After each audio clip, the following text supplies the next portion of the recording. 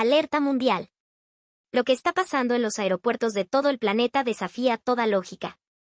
Hordas de personas, miles, millones. Forman filas interminables que se extienden por kilómetros, no por un concierto, no por un nuevo teléfono, sino por una sola cosa, una visa para Bolivia.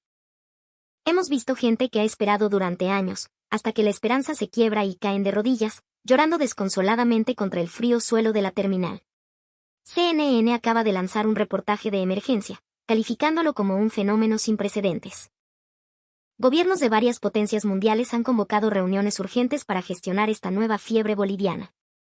La situación ha llegado a tal extremo que una madre francesa, en un video que se ha vuelto viral, ha declarado que repudia a su propia hija, gritando entre lágrimas que Bolivia la ha convertido en otra persona. El mundo entero se hace la misma pregunta: ¿qué demonios tiene Bolivia para que la gente pierda la cabeza de esta manera? ¿Qué secreto esconde ese país en el corazón de Sudamérica? Acompáñenme, porque hoy vamos a desvelar la impactante verdad que se oculta tras el nombre de Bolivia. Mi nombre es Claire y trabajo como coordinadora cultural para el Ministerio de Asuntos Exteriores de Francia. Era un sábado de julio, justo antes del Día de la Bastilla. El sol parisino bañaba la ciudad con una luz dorada y decidí ir con mi mejor amiga, Alice, a la Plaza de la Bastilla para sumergirnos en el ambiente festivo. La plaza era un hervidero de vida y alegría. La música brotaba de todas las esquinas, mezclándose con las risas de la gente. Había mimos actuando en la calle, y el aire estaba impregnado del dulce aroma de los crepes y el vino. La atmósfera era eléctrica, vibrante. Alice y yo nos sentíamos felices, contagiadas por esa euforia colectiva. En medio de todo, quise capturar el momento con una foto. Abrí mi bolso de mano, un regalo de mi madre, y me incliné para buscar mi teléfono. Fue un instante de distracción, un segundo fatal que lo cambió todo. De la nada, una sombra se abalanzó sobre mí. Un hombre vestido de negro me arrancó el bolso con una violencia brutal y se esfumó entre la multitud. Todo sucedió tan rápido que mi cerebro apenas pudo procesarlo. Un segundo, el bolso estaba en mi mano, al siguiente, había desaparecido. Un grito ahogado escapó de mis labios. ¡Alto, deténganlo! Me ha robado el bolso, grité con todas mis fuerzas. Pero la reacción de la gente fue un puñal helado en mi corazón. Algunos me miraron con una indiferencia pasmosa, otros simplemente levantaron sus teléfonos para grabar la escena, como si fuera un espectáculo más. Nadie, absolutamente nadie, hizo el más mínimo ademán de ayudar, de detener o perseguir al ladrón. El pánico se apoderó de mí. Mi corazón latía desbocado. Dentro de ese bolso estaba toda mi vida, mi pasaporte, mi dinero, documentos cruciales del trabajo y, lo más importante, el broche de perlas de mi abuela. Era su legado, una reliquia que planeaba atesorar para siempre. Y ahora estaba en manos de un extraño, a punto de desvanecerse para siempre en el laberinto de calles de París. El ladrón se hacía cada vez más pequeño a lo lejos. Me quedé allí, paralizada, impotente, con las lágrimas nublando mi vista.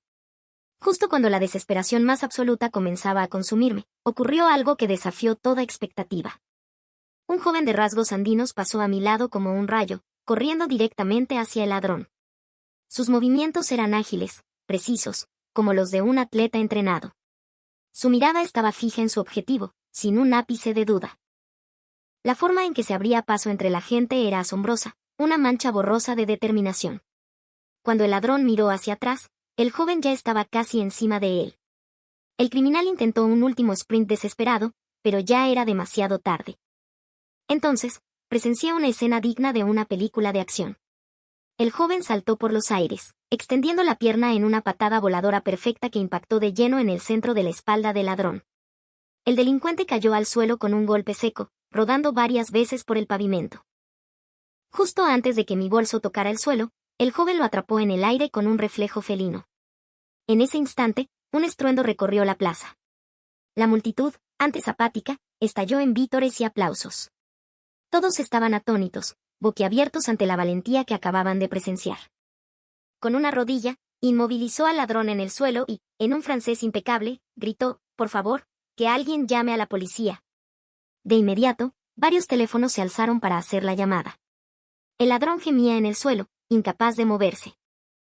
El joven se levantó, con mi bolso en la mano, y caminó hacia mí. A pesar de su respiración agitada, una sonrisa amable iluminaba su rostro. Me entregó el bolso con delicadeza. Ya pasó, dijo con voz suave. Debes haberte asustado mucho. Tomé el bolso con manos temblorosas. Lo abrí frenéticamente, el pasaporte, el dinero, los documentos y allí estaba, brillando suavemente, el broche de perlas de mi abuela. Todo estaba a salvo. Esta vez, las lágrimas que cayeron fueron de un alivio tan profundo que casi me doblaron las rodillas. Gracias, muchísimas gracias. De verdad, gracias por recuperarlo todo para mí. Él sonrió con calidez. De nada, respondió. En Bolivia, si alguien necesita ayuda, no nos quedamos de brazos cruzados. Me llamo Mateo. Yo soy Claire, respondí, aún sin aliento. ¿Eres de Bolivia? Sí. Vine a Francia para un proyecto de investigación. Estoy haciendo un doctorado en ingeniería robótica. Aprendí algunas técnicas de combate en el servicio militar, así que pude ser de ayuda. Poco después, la policía llegó y se hizo cargo de la situación. Mateo explicó todo con una calma impresionante. Antes de llevarse al ladrón, los oficiales le expresaron su más profundo agradecimiento. Cuando la policía se fue, él se giró de nuevo hacia mí. ¿Estás segura de que estás bien? Si necesitas cualquier otra cosa, no dudes en decírmelo. Lo observé durante un largo momento. Era un completo desconocido, pero la imagen de él arriesgándose para ayudarme se había grabado a fuego en mi memoria. Era algo que jamás olvidaría. Gracias, ya estoy bien. De verdad, no sé cómo agradecerte. No te preocupes. Es lo que se debe hacer, ayudarnos unos a otros. Conversamos un poco más. Me contó que estaría en Francia durante 6 meses, trabajando en un proyecto de investigación en la universidad. Yo le hablé de mi trabajo en el ministerio, gestionando programas de intercambio cultural. Alice también se acercó para darle las gracias efusivamente. Cuando llegó el momento de despedirnos, sentí una punzada extraña en el pecho, una sensación nueva y poderosa. Su mirada bondadosa, su sonrisa cálida y su voz suave me atraían de una forma inexplicable. Era la primera vez que sentía algo así por un desconocido. Tomando una bocanada de aire, reuní todo mi coraje y le dije, ¿te gustaría ir a tomar un café? Me gustaría agradecértelo formalmente. Él sonrió, una sonrisa que iluminó toda la plaza. Claro que sí. Intercambiamos nuestros números de teléfono y luego se perdió entre la multitud. Lo seguí con la vista hasta que su silueta desapareció. Alice, a mi lado, sonrió con complicidad. Claire, creo que has conocido a alguien muy especial. Abracé mi bolso con fuerza. Dentro, el broche de perlas de mi abuela parecía irradiar un calor reconfortante. Aquella tarde de fiesta, que parecía una más, se había transformado en algo trascendental. No se trataba solo de recuperar un bolso, se trataba del comienzo de un viaje que cambiaría el rumbo de mi vida para siempre. Unos días más tarde, fui a un tranquilo bar de jazz para relajarme. El lugar, llamado Le Bourdon, era mi refugio personal. La música siempre era exquisita y el ambiente, íntimo. Me senté en una pequeña mesa y pedí una copa. Bajo la luz tenue, las suaves notas de jazz envolvían el local mientras los demás clientes conversaban en susurros. De repente, el pianista subió al escenario. Levanté la vista sin mucho interés, pero lo que vi me dejó sin aliento. Mis ojos se abrieron como platos. Era Mateo. Llevaba una camisa negra y caminaba hacia el piano con una naturalidad asombrosa, como si ese fuera su verdadero hogar. Jamás imaginé que también fuera músico. Colocó sus dedos sobre las teclas y comenzó a tocar. Era Llorando se fue, la famosa melodía boliviana, pero en una versión que nunca había escuchado. Era una interpretación jazzística, cargada de una melancolía desgarradora y, a la vez, de una calidez inmensa. Las notas evocaban la esencia de un taquirari o una cueca triste, y su profunda resonancia me atravesó el alma. El bar entero enmudeció al instante. Las conversaciones cesaron. La gente dejó sus copas sobre las mesas para escuchar con una atención reverencial. Vi a algunas personas con los ojos llorosos.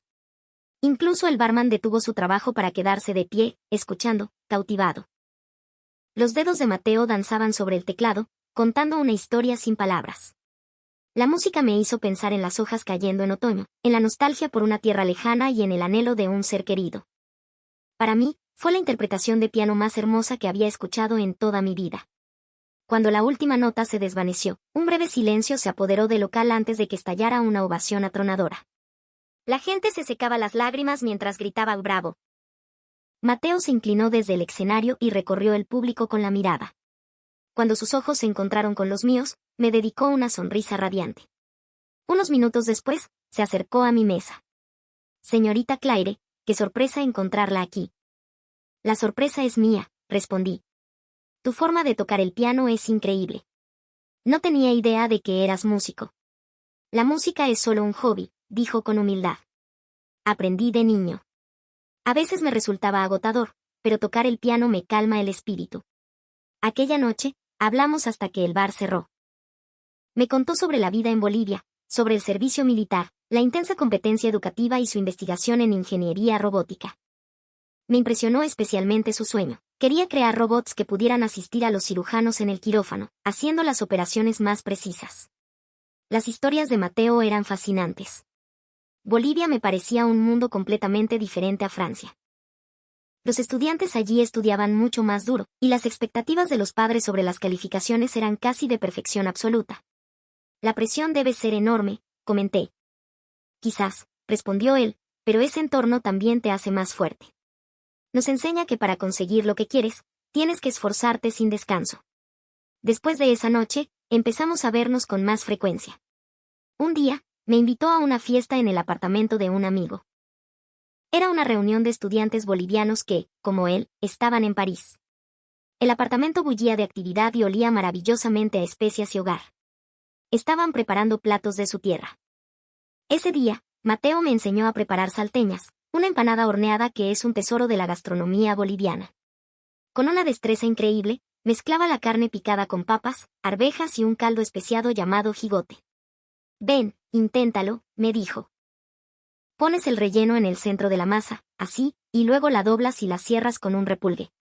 Sus movimientos eran fluidos y elegantes. Los míos, en cambio, eran torpes y desastrosos. ¡Ay! Se me está saliendo todo el relleno, exclamé, provocando una carcajada cariñosa entre todos. También preparó un silpancho espectacular, una fina lonja de carne apanada servida sobre arroz y papas, con huevos fritos encima. Me enseñó a comerlo, mezclando todos los sabores. Mientras preparábamos las salteñas, bebíamos mate de coca y compartíamos historias. El ambiente era increíblemente cálido y acogedor. Todos los estudiantes bolivianos me dieron una bienvenida efusiva y me enseñaron algunas frases sencillas en español con acento local.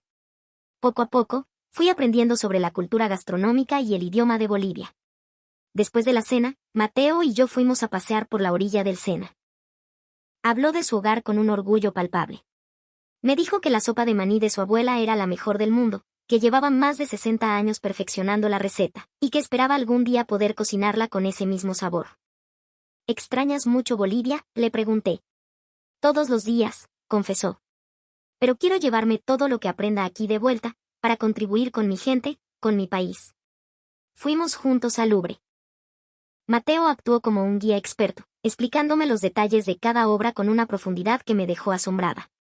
Su conocimiento sobre la historia y las intenciones de los artistas era impresionante. Sabes muchísimo sobre la cultura francesa. Investigué mucho antes de venir, respondió. No quería ser solo un turista, quería comprender de verdad. Mientras caminábamos por las galerías, me habló de la historia y la realidad de Bolivia.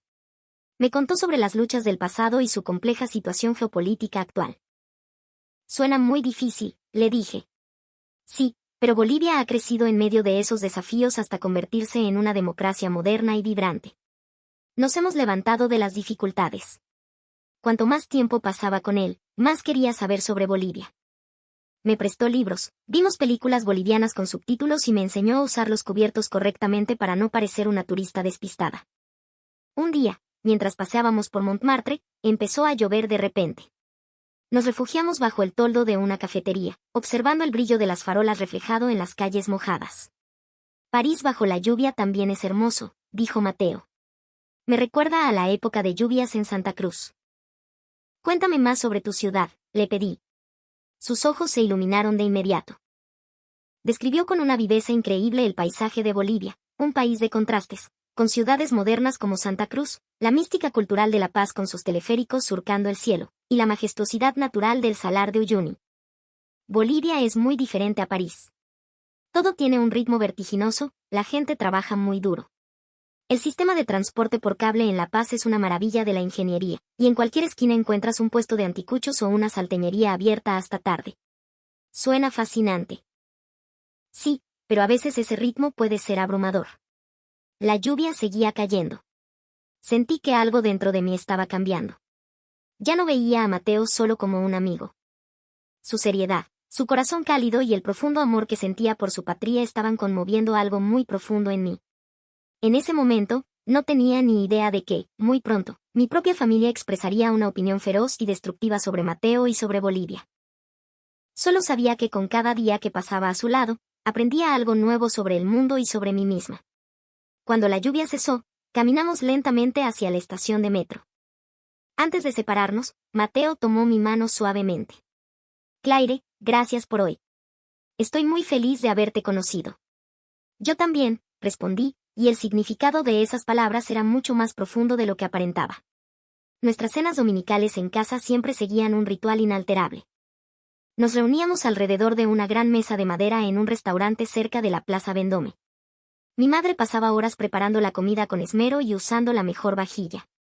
Mi padre, por su parte, descorchaba una botella de vino excelente. Las conversaciones solían girar en torno al trabajo, la política y las novedades familiares. Ese día, decidí que era el momento de hablarles de Mateo. Llevaba varias semanas saliendo con él y era inmensamente feliz. Estaba convencida de que se alegrarían por mí. Pero estaba completamente equivocada. He conocido a alguien muy especial, comencé a decir mientras mi madre servía la comida.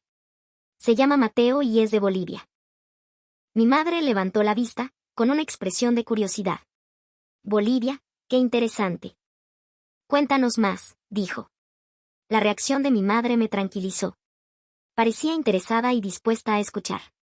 Así que les conté cómo nos conocimos, la historia del robo y cómo me había salvado. Es increíblemente valiente e inteligente. Está en París haciendo una investigación en ingeniería robótica. Y toca el piano de una forma que te dejaría sin palabras. Además, habla francés perfectamente. Mi madre asintió, sonriendo. ¿De qué parte de Bolivia es? ¿Cuánto tiempo se quedará en París? Fue entonces cuando noté la expresión de mi padre. En cuanto la palabra Bolivia salió de mi boca, su rostro se ensombreció. Dejó el tenedor sobre el plato con un ruido seco y dijo con una frialdad cortante, ¿un boliviano? Absolutamente no. El tono era tan definitivo, tan cargado de un desprecio que nunca antes le había escuchado. Pero, papá, Mateo es una persona maravillosa. Es amable, inteligente. No importa cómo sea, me interrumpió. Bolivia es un lugar políticamente inestable. Las diferencias culturales son demasiado grandes. Sentí que mis mejillas ardían. Papá, eso no es cierto. Bolivia es una sociedad segura y moderna, con una tecnología muy avanzada. Los hombres sudamericanos son autoritarios, continuó mi padre, ignorando mis palabras. Están anclados a roles de género tradicionales. Las mujeres no tienen una posición igualitaria. Al final, ese hombre querrá que dejes tu trabajo y te conviertas en una esposa sumisa. Intenté explicarle que Mateo no era así en absoluto. Él cocina, ayuda en casa. Respeta a las mujeres y cree en la igualdad. Eres demasiado ingenua, Claire, sentenció él. Pueden parecer modernos por fuera, pero por dentro son todos iguales. Mi madre intentó mediar. Henry, ¿por qué no lo conocemos antes de juzgar? No. Replicó mi padre, tajante. Mi decisión está tomada. Claire, no puedes volver a ver a ese hombre. Me quedé tan impactada que no pude articular palabra. Papá, tengo 28 años. Es mi decisión con quién salgo. Mientras vivas en esta casa y trabajes en el Ministerio de Exteriores, no lo es, dijo con una dureza que me heló la sangre. No olvides que una sola palabra mía podría afectar tu carrera. No podía creerlo. Mi propio padre me estaba amenazando con mi carrera profesional solo porque estaba saliendo con un hombre de Bolivia. Esto no es una petición, Claire. Rompe inmediatamente con ese boliviano. El silencio en la sala era sepulcral. Mi madre parecía desolada, pero no dijo nada frente a la ira de mi padre. Las lágrimas comenzaron a brotar de mis ojos. No es justo. Papá, ni siquiera conoces a Mateo. Lo estás juzgando solo por su nacionalidad. No necesito conocerlo, dijo mi padre, bajando la voz. Sé lo suficiente sobre Bolivia y los hombres de allí. Este tema está cerrado. No pude soportarlo más. Aparté la silla de un empujón y corrí a mi habitación, cerrando la puerta de un portazo. Me derrumbé en la cama y lloré durante mucho tiempo, sintiéndome de nuevo como una adolescente atrapada, a pesar de ser una adulta con mi propia vida y mi propia carrera. Al día siguiente, quedé con Mateo en nuestra cafetería habitual, cerca del canal de Saint-Martin. Me aterraba contarle la reacción de mi padre. Mi padre quiere que deje de verte. Mateo removió el café en su taza, manteniendo una calma desconcertante. ¿Qué dijo exactamente?, preguntó en voz baja. Le conté todo lo que mi padre había dicho, la inestabilidad política, los prejuicios sobre el machismo y las diferencias culturales. Temía que se enfadara o se sintiera herido, pero él solo asintió con serenidad. Entiendo la preocupación de tu padre. Entenderlo, es racismo puro y es increíblemente injusto, exclamé. Probablemente, los padres en Bolivia sentirían algo parecido, dijo suavemente. Si les presentara a una novia francesa, también se preocuparían. Por las diferencias culturales, la barrera del idioma, todo eso podría inquietarlos. Yo seguía sin poder calmar mi rabia. ¿Pero te ha insultado? ¿No estás enfadado? Mateo sonrió con tristeza. Enfadarse no cambia nada. En Bolivia tenemos un dicho, la sinceridad abre hasta las piedras.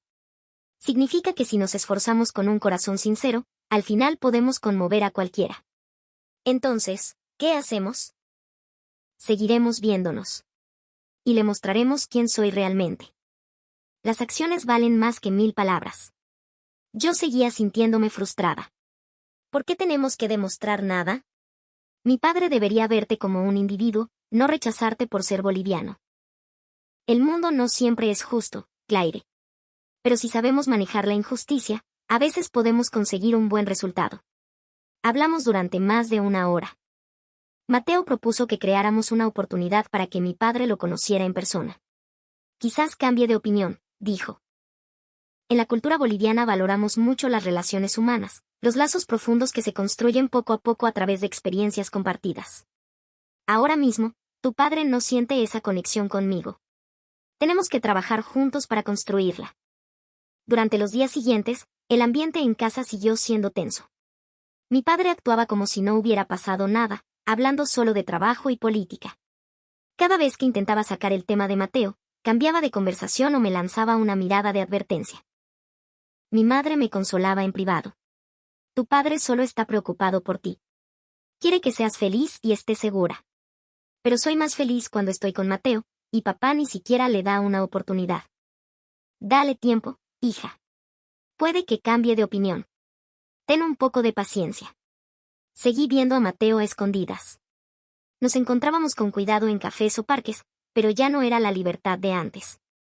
La sensación de tener que mentir a mi familia y moverme a hurtadillas me asfixiaba. Y, sobre todo, sentía una rabia inmensa hacia mi padre por haber creado esta situación. Quizás sería mejor que lo dejáramos, le dije un día a Mateo, abrumada por la tristeza. ¿Es eso lo que realmente quieres?, preguntó él. No. Pero mi padre probablemente nunca aceptará nuestra relación. Mateo se mantuvo firme. No te rindas tan fácilmente. Los bolivianos creemos que el esfuerzo constante puede superar cualquier obstáculo. El rechazo de tu padre nace del miedo y la ignorancia. Y el miedo se puede transformar en comprensión. Quería creer en sus palabras, pero no veía cómo romper la terquedad de mi padre. Él casi nunca cambiaba de opinión una vez que había tomado una decisión. Pero en ese momento, no sabía que la respuesta estaba a punto de llegar de la forma más inesperada. Ese día, sentada en la cafetería frente a Mateo, me sentía desesperada.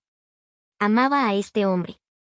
Había salvado mi bolso, me había conmovido con su música y siempre me trataba con un respeto y una ternura infinitos. Pero mi padre, con sus prejuicios, intentaba separarnos sin importarle en absoluto la clase de persona que era Mateo. Mateo tomó mi mano. Encontraremos la manera, dijo con convicción. El amor sincero siempre abre un camino.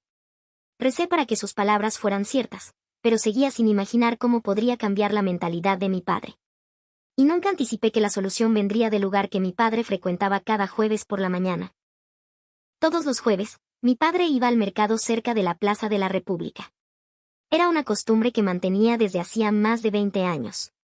Se enorgullecía de escoger personalmente las verduras y la carne fresca, y valoraba las conversaciones con los vendedores habituales.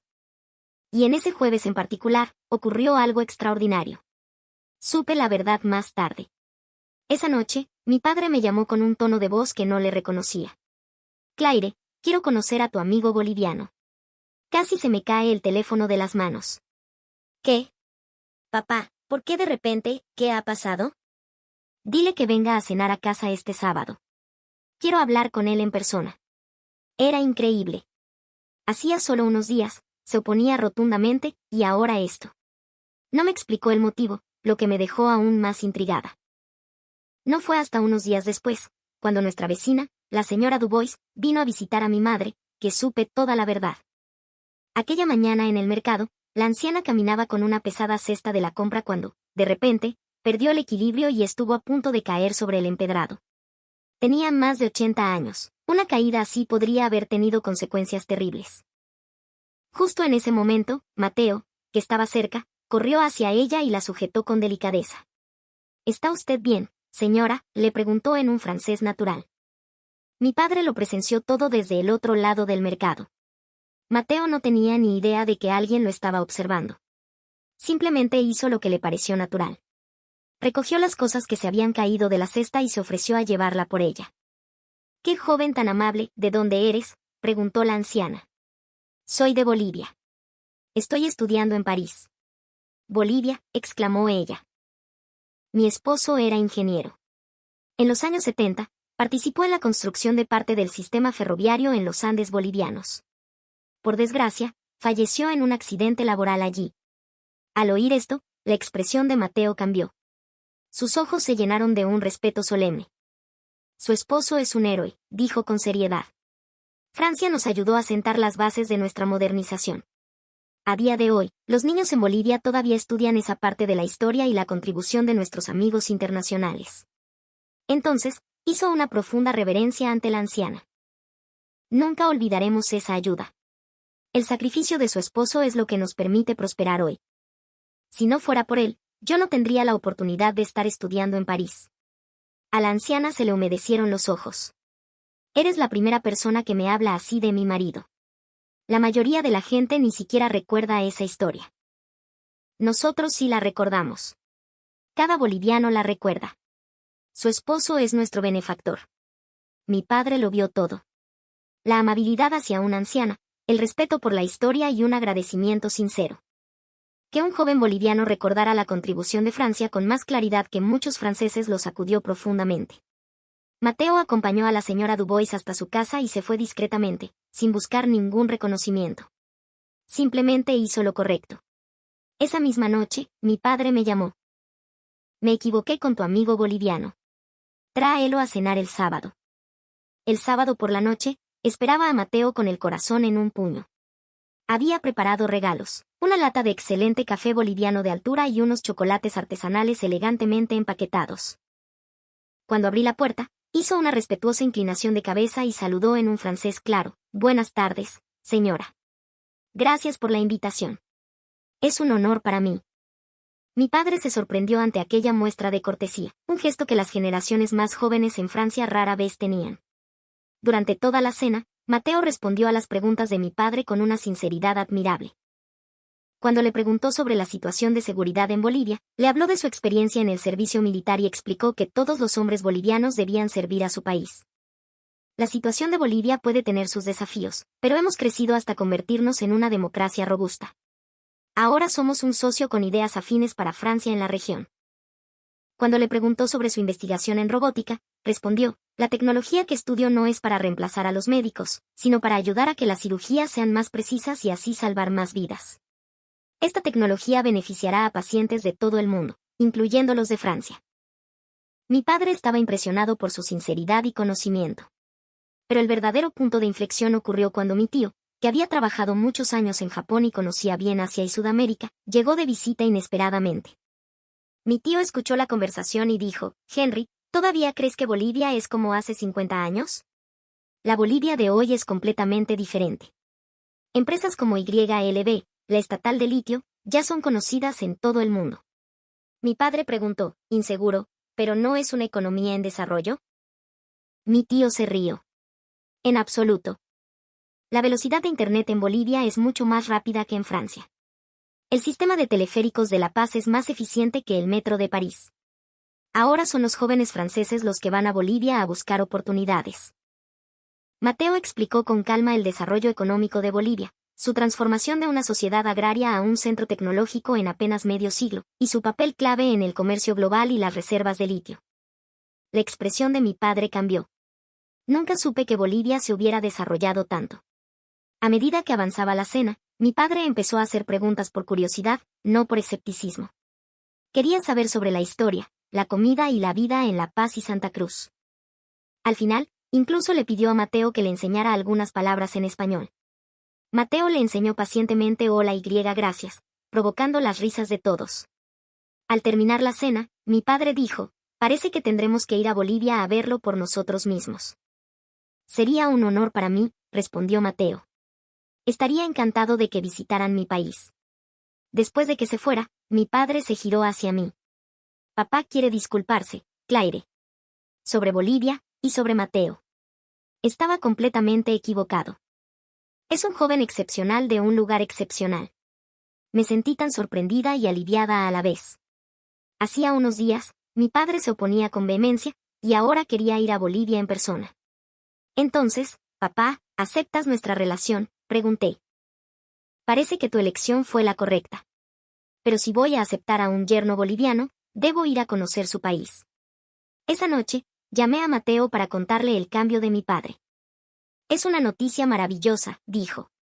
Bolivia les mostrará nuestra verdadera cara mejor que cualquier palabra.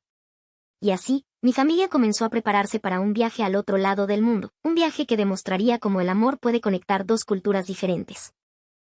Al llegar al aeropuerto internacional Viru Viru en Santa Cruz, mi familia se quedó paralizada. Solo podían mirar a su alrededor, asombrados. El aeropuerto era increíblemente moderno. Pantallas digitales por todas partes ofrecían información, y robots de servicio se desplazaban entre los pasajeros. El control de pasaportes era completamente automatizado. Todo parecía sacado de una película de ciencia ficción. Es increíble, exclamó mi madre. Mi padre, con la boca abierta, miraba a su alrededor con incredulidad. El país que él había imaginado como una región subdesarrollada poseía una tecnología más avanzada que la de París. Tomamos un moderno autobús para ir a la ciudad. El interior era limpio y cómodo. La señal de Wi-Fi era más rápida que la de nuestra casa. En Francia, estas instalaciones solo las ves en los trenes de alta velocidad entre ciudades principales, murmuró mi padre. Y esto es solo el transporte del aeropuerto a la ciudad. En menos de una hora, el horizonte de Santa Cruz apareció ante nosotros. La vista de esa metrópolis llena de rascacielos y actividad era espectacular. Mateo nos esperaba allí con una sonrisa radiante. Hizo una humilde reverencia a mis padres. Bienvenidos a Bolivia. Nuestro primer destino fue un hotel en la zona de Equipetrol. A pesar de ser una tarde de día laborable, las calles estaban repletas de gente. Los edificios modernos se alzaban hacia el cielo, decorados con brillantes anuncios digitales. ¿Cuánta gente?, dijo mi madre. El área metropolitana de Santa Cruz tiene casi 3 millones de habitantes, explicó Mateo. Mi padre estaba fascinado con las tiendas y restaurantes abiertos las 24 horas, algo impensable en Francia. En Bolivia, puedes pedir cualquier cosa con tu teléfono y te la entregan en media hora, dijo Mateo riendo. Por la noche, nos llevó a un patio de comidas para experimentar la vida local. La gente se movía entre los puestos, probando pique macho y silpancho. El ambiente era pura alegría. Al día siguiente, viajamos a La Paz y nos subimos a mi teleférico, el sistema de transporte por cable más alto y extenso del mundo. Mis padres estaban maravillados con la proeza de ingeniería y las vistas de la ciudad anidada en el valle, con la impresionante arquitectura de los cholets de El Alto pintando el paisaje. Otro día, visitamos Cochabamba y nos sumergimos en el bullicio del mercado La Cancha, un paraíso gastronómico donde probamos de todo, desde anticuchos hasta sopa de maní. Vimos la inmensa riqueza cultural del país y la calidez de su gente. El punto culminante del viaje fue conocer a la familia de Mateo. Su casa era una mezcla de arquitectura moderna y una decoración cálida y acogedora. La madre de Mateo nos dio la bienvenida en un francés que había estado aprendiendo durante meses. ¡Qué alegría conocer a la familia de Claire! El padre de Mateo, un profesor universitario, conversó con nosotros en un inglés fluido y algo de francés. Subrayó los valores de democracia y libertad que Bolivia y Francia compartían. Agradecemos enormemente el apoyo de Francia a Bolivia en el ámbito internacional. La hermana de Mateo, que había estudiado en París, actuó como una traductora perfecta. Pero el momento más conmovedor fue cuando conocimos a la abuela de Mateo. A pesar de sus más de 80 años, dijo con una voz clara y firme, nosotros no olvidamos a los amigos que ayudaron a Bolivia. Cuando Mateo nos tradujo sus palabras, a mi padre se le llenaron los ojos de lágrimas. En ese instante, todos sus prejuicios sobre Bolivia se hicieron añicos. Este no era un lugar peligroso, sino una sociedad orgullosa que recordaba a sus benefactores y avanzaba con paso firme. Esa noche, mientras cenábamos en un restaurante con vistas al majestuoso salar de Uyuni bajo un cielo estrellado, Mateo se puso de pie y tomó mi mano. Mi corazón se aceleró de golpe. Claire, dijo, arrodillándose. ¿Quieres casarte conmigo? Seamos, con nuestro amor, un puente que una a Bolivia y a Francia. Miré a mi alrededor. Vi a mi familia, sonriendo y asintiendo con ánimo. Vi a la familia de Mateo, con los ojos llenos de alegría. A través de la ventana, el manto blanco infinito del salar parecía bendecirnos. Con lágrimas en los ojos, respondí, sí. 1000 veces, sí. Al instante, todo el restaurante estalló en aplausos y vítores. Incluso los extraños nos ofrecían sus bendiciones. 6 meses después, nuestra boda se celebró en París. Invitados de Bolivia y Francia se mezclaron alegremente, compartiendo salteñas y queso francés, mientras sonaban cuecas y chansons francaises. La boda se convirtió en un símbolo de la amistad entre nuestros dos países. Cuando regresamos al aeropuerto internacional de El Alto para nuestra luna de miel, la terminal estaba abarrotada de jóvenes de todo el mundo. Escuché a la gente en la fila conversar. La era de Silicon Valley ha terminado. La verdadera oportunidad está en el complejo tecnológico de litio de Uyuni. La comida boliviana es la mejor del mundo. Quiero trabajar en la industria del cine en Santa Cruz. Vi a algunas personas llorando en la puerta de embarque porque no querían irse de Bolivia. En ese preciso instante, comprendí con una claridad meridiana que Bolivia ya no era una isla lejana en el mapa. Se había convertido en el centro del mundo donde se estaba creando el futuro. Y lo más importante, ser parte de ese futuro junto al hombre que una vez salvó mi bolso y me abrió las puertas a un mundo completamente nuevo, era la bendición más grande de mi vida.